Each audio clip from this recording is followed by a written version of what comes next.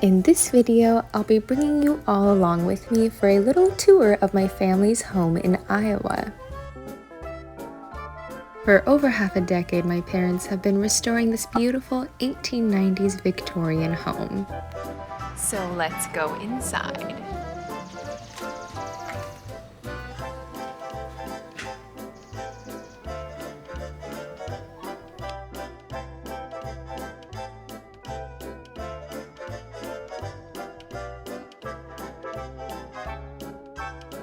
Here are some original photos of the home in the 1890s.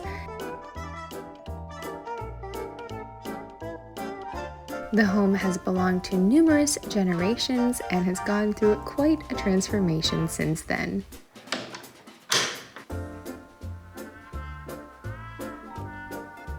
As you can see, behind me is the more formal entrance into the foyer. Guests visiting the home would be welcomed at the front door, brought into the foyer. They could put their coats in the coat closet. They would probably be welcomed into this room, formal sitting room. We like to call the front parlor the ladies' parlor, as the green color and natural light I think would be the perfect place for a little afternoon tea. All of the fireplaces in the home are original and have beautiful detailed artwork. And I love all the original shutters and woodwork around the windows. This little bar area is the perfect place for a little refreshment, of course pre-Prohibition era. This beautiful magnolia centerpiece was made by my mother, who we can pretty much accredit to all of the decorating in the home. And the room that is attached to this sitting room is another parlor, but it does have some pocket doors that can divide the space.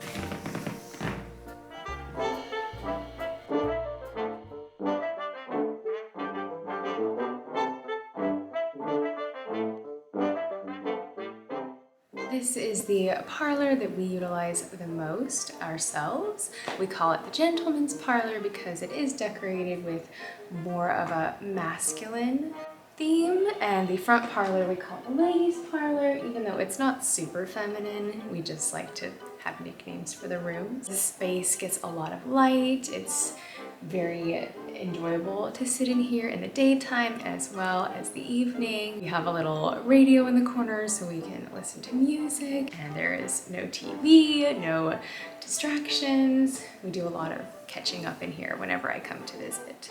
Off this room is the formal dining room.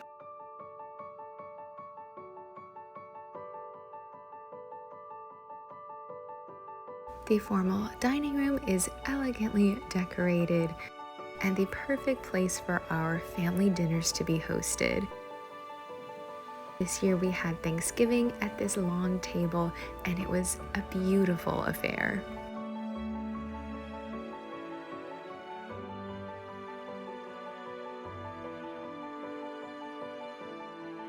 Next we have the more informal dining area that we call the breakfast room.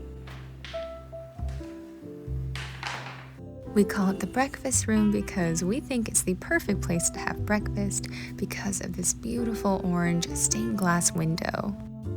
The color palette is very bright and cheerful and definitely wakes you up in the morning.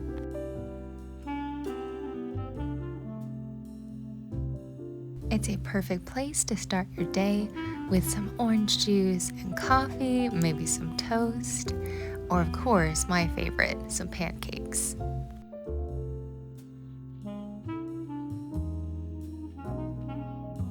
And I love the beautiful fireplace featuring some muses from classic mythology.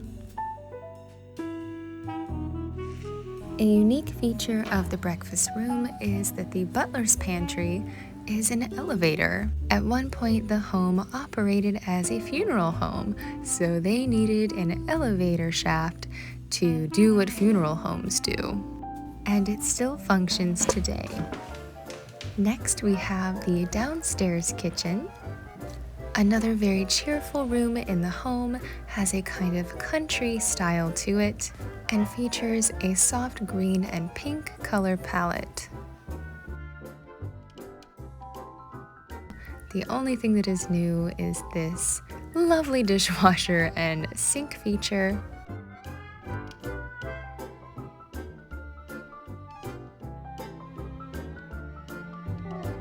And towards the back of the kitchen is the mud room that we've stored most of our practical items here. This keeps the actual kitchen from feeling too cluttered since it is quite small.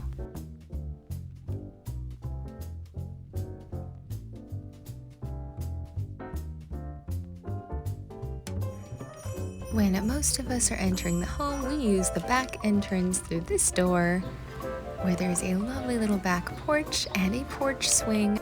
You can see the little carriage house from here, and also a porch to nowhere. That door leads into the dining room, but the rest of the porch is no longer here.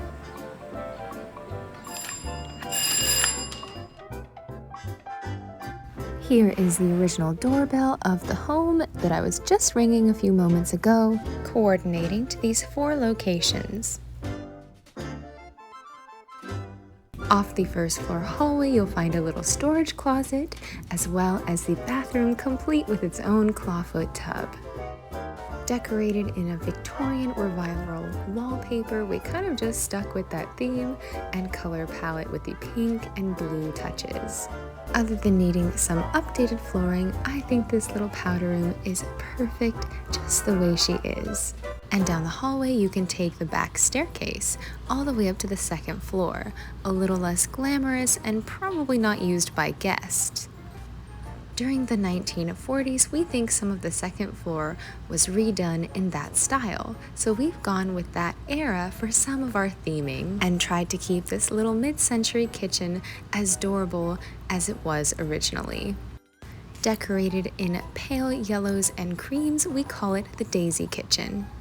During this time period, the home functioned with apartment-style living, so they had a small kitchenette upstairs.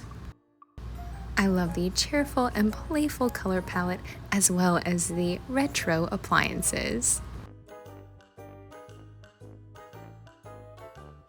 And if you continue down the hall, you'll find the master suite. Keeping with that 1940s styling, the master suite consists of a bedroom chamber and a connected sitting room, and has been decorated with some of my grandmother's furniture, her bed frame, and beautiful vanity. We assume that the light fixtures in both these rooms are original and from the 1940s.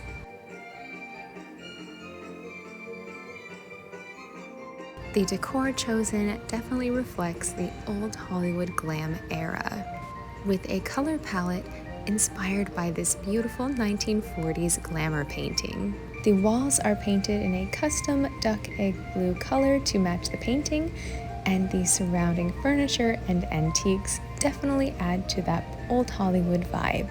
We love to watch Turner Classic Movies in here and have the TV hidden behind another work of art, seated atop this lovely antique record player. The area rug ties it all together with those gold finishes. And on the other side of the stained glass door is a lovely little balcony.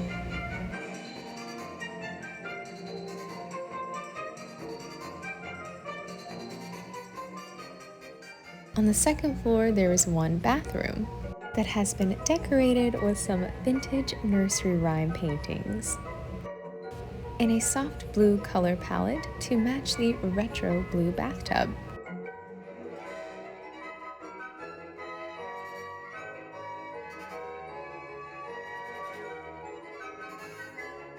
This guest room we call the butternut room for its golden butternut color wallpaper.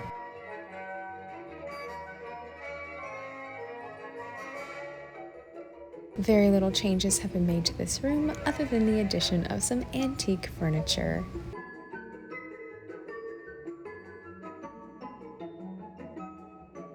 At the top of the landing is the final guest room. This room houses another unique wallpaper in a lovely green color and a gorgeous fireplace. Occupied by my parents, they have some lovely photos of our family.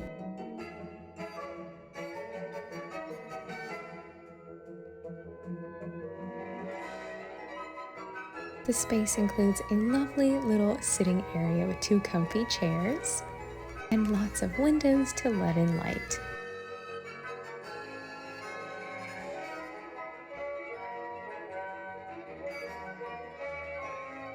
And back in that hallway, they have saved that original painted border. Does look like something from the 40s. And if you go up the flight of stairs in this hallway, it'll take you to the attic, where we've stored some Christmas decorations and extra furniture, like this lovely dresser that belonged to my grandmother. But that's not the only thing that is stored in the attic. One of the unique features of this Victorian home is that it has a cupola, where we have housed our permanent resident, Victoria. Dressed in her magenta formal wear, Victoria watches over the house, and from the outside might just look like a ghost.